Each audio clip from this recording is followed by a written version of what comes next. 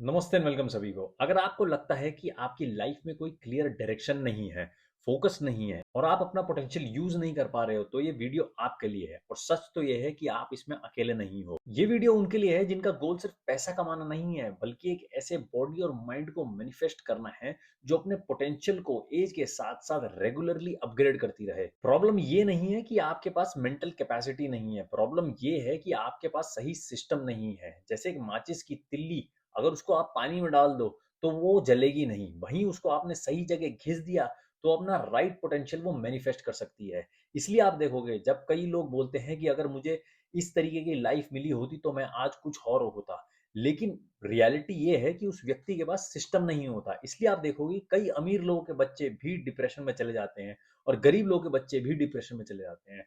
कई बार आप देखोगे गरीब लोगों के बच्चे डिप्रेशन में नहीं जाते और अमीर के बच्चे भी डिप्रेशन में नहीं जाते।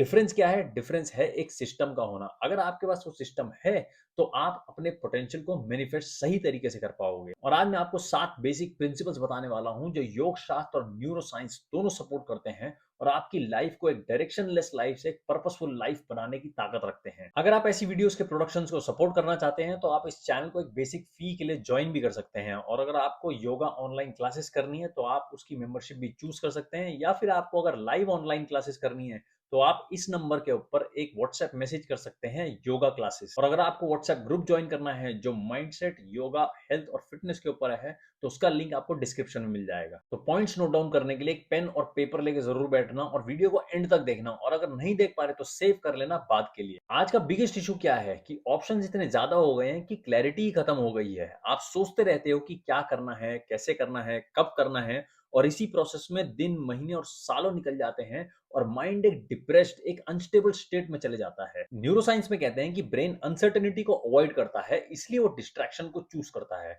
और योग शास्त्र में कहते हैं अव्यवसायत्मिका बुद्धि, मतलब एक स्कैटर्ड माइंड डायरेक्शन लूज कर देता है over the period of time. तो इसका सोल्यूशन क्या है?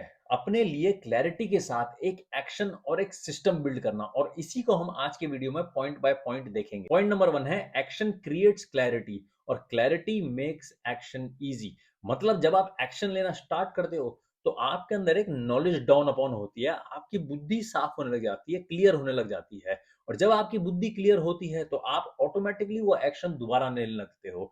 फॉर एग्जाम्पल, जब आपने कभी एक्सरसाइज नहीं करी, तो जब आप पहली बारी रनिंग करते हो, आप उससे पहले सोचते हो कि मैं कैसे रनिंग करूंगा, मैं पानी कितना पीऊं, अगर मेरी सांस फूल गई तो क्या होगा, मेरे पाँव में दर्द होगा तो क्या होगा।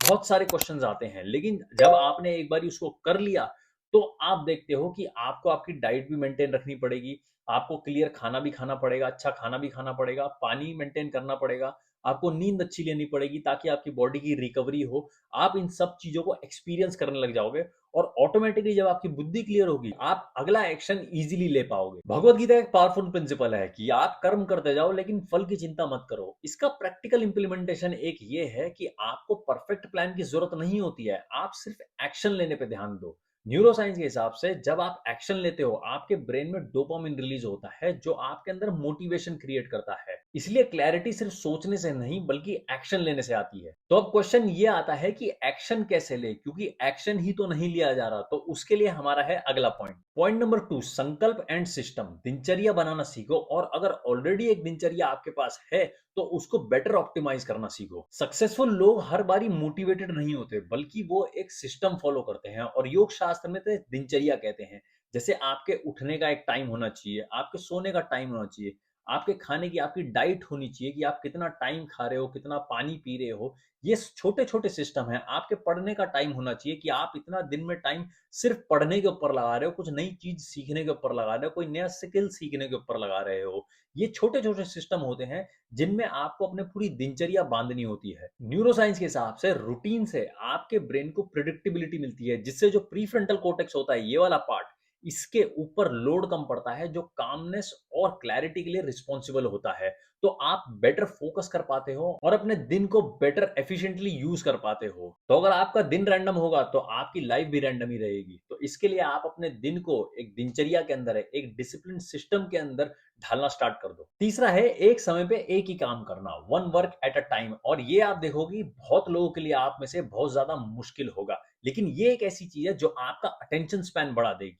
मोस्टली आप देखोगे लोग एक टाइम पर एक काम नहीं करते। जैसे जिम करते वक्त म्यूजिक सुनना, खाना खाते टाइम टीवी देखना या पढ़ाई करते वक्त टाइम मोबाइल देखना। आप अगर बारीकी से देखोगे तो आपको समझ आएगा कि डिस्ट्रैक्शन आपका पैटर्न है, कि आप एक टाइम में एक काम नहीं करते और अब ये आपकी हैबिट बन चुकी है। लेकिन अच्छी चीज ये है कि आप इसको ट्रेन कर सकते हो और आज से नहीं, अभी से इसको ट्रेन करना स्टार्ट कर दो। अब इसके लिए आपको कोई बहुत बड़ा स्टेप नहीं लेना है। आप सिर्फ जैसे खाना खा रहे हो तो आपको सिर्फ खाने पे ध्यान देना है। जैसे जब आप कोई छोटे बच्चे को देखोगे, 2 साल के बच्चे को, 1 साल के बच्चे को देखोगे, कभी नोटिस करना कि वो खाना कैसे खाता है। उसका पूरा ध्यान खाने के ऊपर रहता है। उसी तरीके से जब आप जिम कर रहे हो, ट्रेनिंग कर रहे हो, तो आपका ध्यान आपकी सांसों के ऊपर होना चाहिए। जब आप वॉक कर रहे हो तो अपना ध्यान अपनी सांसों के ऊपर लगाओ, ना कि मोबाइल के ऊपर। इससे आपका अटेंशन स्पैन बढ़ेगा और ये मदद करेगा आपको एक डीप फोकस स्टेट में जाने के लिए। पॉइंट नंबर 4, डोपामीन को कंट्रोल करो। आज का बिगेस्ट एनिमी क्या है? डिस्ट्रैक्शन। फोन, रील्स, नोटिफिकेशन, ये सब आपके ब्रेन को शॉर्ट टर्म डोपामीन देते हैं। रिजल्ट, आपका फोकस वीक होता है, मोटिवेशन लो होता है और डायरेक्शन लूज हो जाता है। सोल्यूशन क्या है? रोज 1-2 घंटे कोई ऐसा काम करो जो आप बिना मोबाइल के कर रहे हो। ब्रेन को ट्रेन करो कि वो कोई इजी वर्क से डोपामिन ना लेके एक मीनिंगफुल वर्क से अपना रिवॉर्ड ले। पॉइंट नंबर 5 है व्यायाम, एक्सरसाइज करो। अगर आपकी बॉडी स्टेगनेंट हो गई तो आपका माइंड भी स्टेगनेंट हो जाएगा। योगासन करो, वॉकिंग, सूर्य नमस्कार, वर्कआउट करो, फिजिकल मूवमेंट रखो और प्राणायाम जरूर करो। बॉडी में ऑक्सीजन फ्लो अच्छा करेगा और इम्यूनिटी को बूस्ट करेगा। और चांसेस ये हैं कि वेदर चेंज में जो आप बीमार पड़ जाते हो, उससे आप बेटर डील कर पाओगे। कमेंट करके बताओ कितने लोग हैं जो वेदर चेंज में बीमार पड़ जाते हैं या ठंडे पानी को जैसे ही छूते हैं वैसे ही बीमार पड़ जाते हैं। न्यूरोसाइंस के हिसाब से मूवमेंट से बीडीएनए और डोपामिन रिलीज होते हैं, जो ब्रेन ग्रोथ और क्लैरिटी देता है। इसलिए फिजिकल मूवमेंट का मतलब होता है मेंटल क्लैरिटी आना। पॉइंट नंबर 6 है अपने डायरेक्शन को चूज करो, परफेक्शन को नहीं। एक बहुत ही गलत धारणा है लोगों में, एक बहुत ही बड़ा ट्रैप है कि अगर मुझे कोई मिल गया होता, कोई गुरु मिल गया होता या मुझे कोई डायरेक्शन देने वाला मिल गया होता तो मैं जीवन में कुछ कर दिखाता। ऐसा नहीं है। अर्जुन को सीधा कृष्ण जी नहीं मिले थे, भीष्म पितामह को सीधा परशुराम नहीं मिले थे।